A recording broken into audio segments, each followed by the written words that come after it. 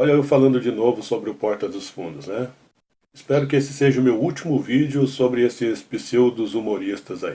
É o seguinte, gente.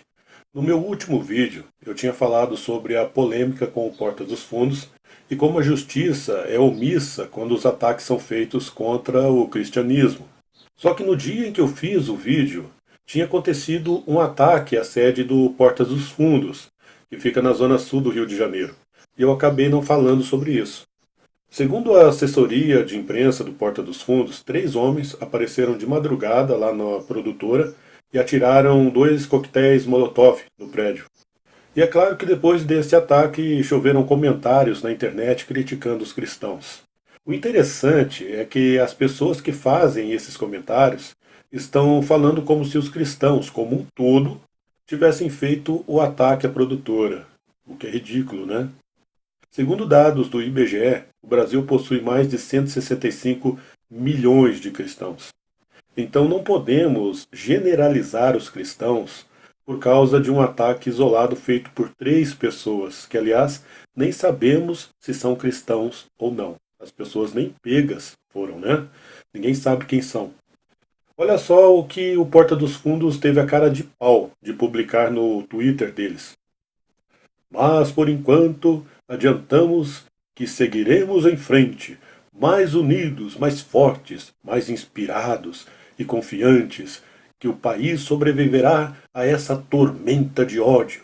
Cara, foram 2 garrafinhas lançadas na porta lá do prédio, eles já estão falando em tormenta de ódio, né? Como se todos os cristãos estivessem marchando contra eles, cheios de ódio, dispostos a acabar com eles, né?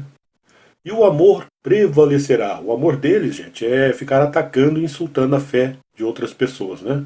Junto com a liberdade de expressão. Bom, gente, liberdade de expressão tem limite, né?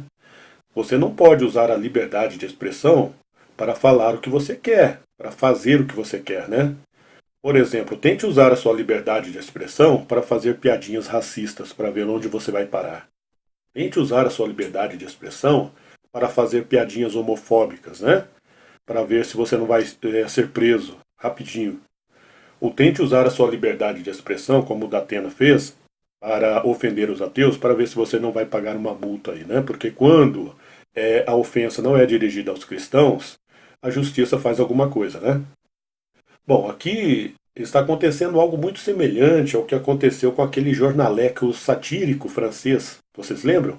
Os caras do jornal ficavam o tempo todo publicando charges que ofendiam a religião muçulmana, a religião cristã e também a religião dos judeus. Faziam deboches com Maomé, com Alá, com os muçulmanos, ofendiam, blasfemavam, provocavam, até que um dia os muçulmanos não aguentaram mais, foram lá e fuzilaram todo mundo. E aí o que aconteceu? Os chargistas se tornaram heróis, mártires da liberdade de expressão, heróis que morreram por exercer a liberdade de expressão. Lembrando que a liberdade de expressão deles era ficar atacando a religião dos outros o tempo todo, provocando, insultando. Essa era a liberdade de expressão desses heróis, entre aspas, né? E agora só falta, né, erguerem ali estátuas em homenagem a esses chargistas que se tornaram heróis. Bom, gente, agora parece que um grupo integralista assumiu o ataque por meio de um vídeo da Deep Web. Esse grupo seria de extrema direita. E aí você já viu, né? Os militantes ateus e de esquerda já começaram a falar sobre grupos terroristas cristãos que querem criar uma ditadura religiosa aqui no Brasil, sobre violência cristã, sobre a volta da Inquisição e coisas do tipo. Cara, foram apenas 3 imbecis jogando 2 garrafinhas com gasolina na porta da produtora.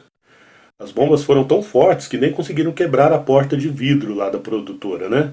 E eles já estão falando tudo isso aí.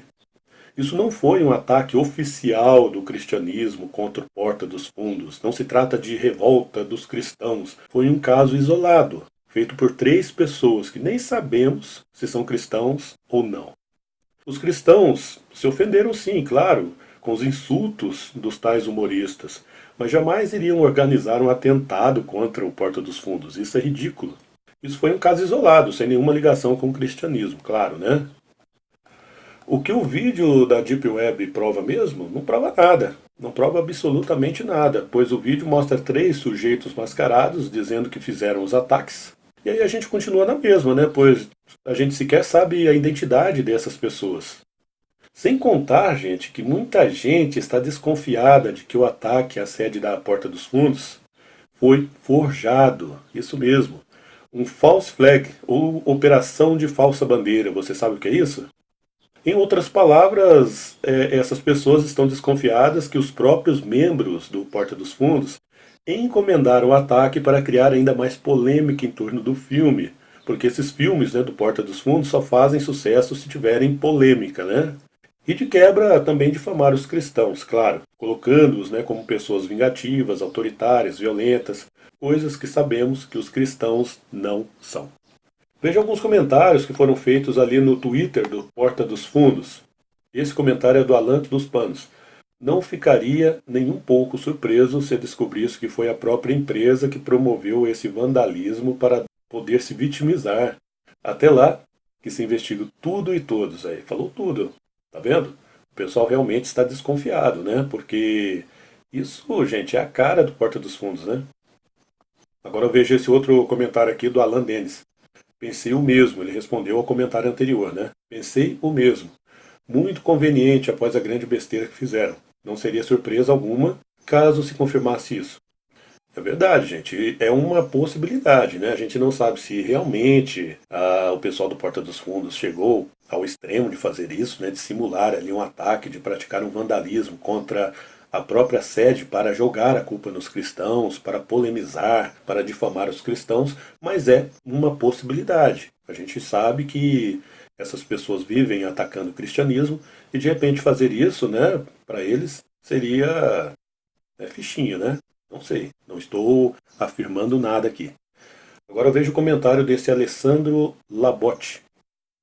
Já vi esse filme antes, olha, bem lembrado, gente. Ele mostra a foto aqui daquela moça que tinha desenhado a suástica no próprio corpo. Vocês lembram disso? Foi durante as eleições presidenciais, né?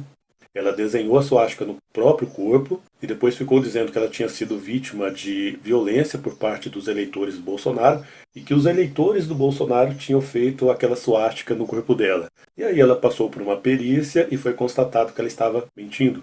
Tá? Isso foi muito bem lembrado aí pelo Alessandro Labotte. Se isso aconteceu mesmo ou não, gente, não temos como saber. Mas convenhamos, né? Isso é a cara do Porta dos Fundos, não é?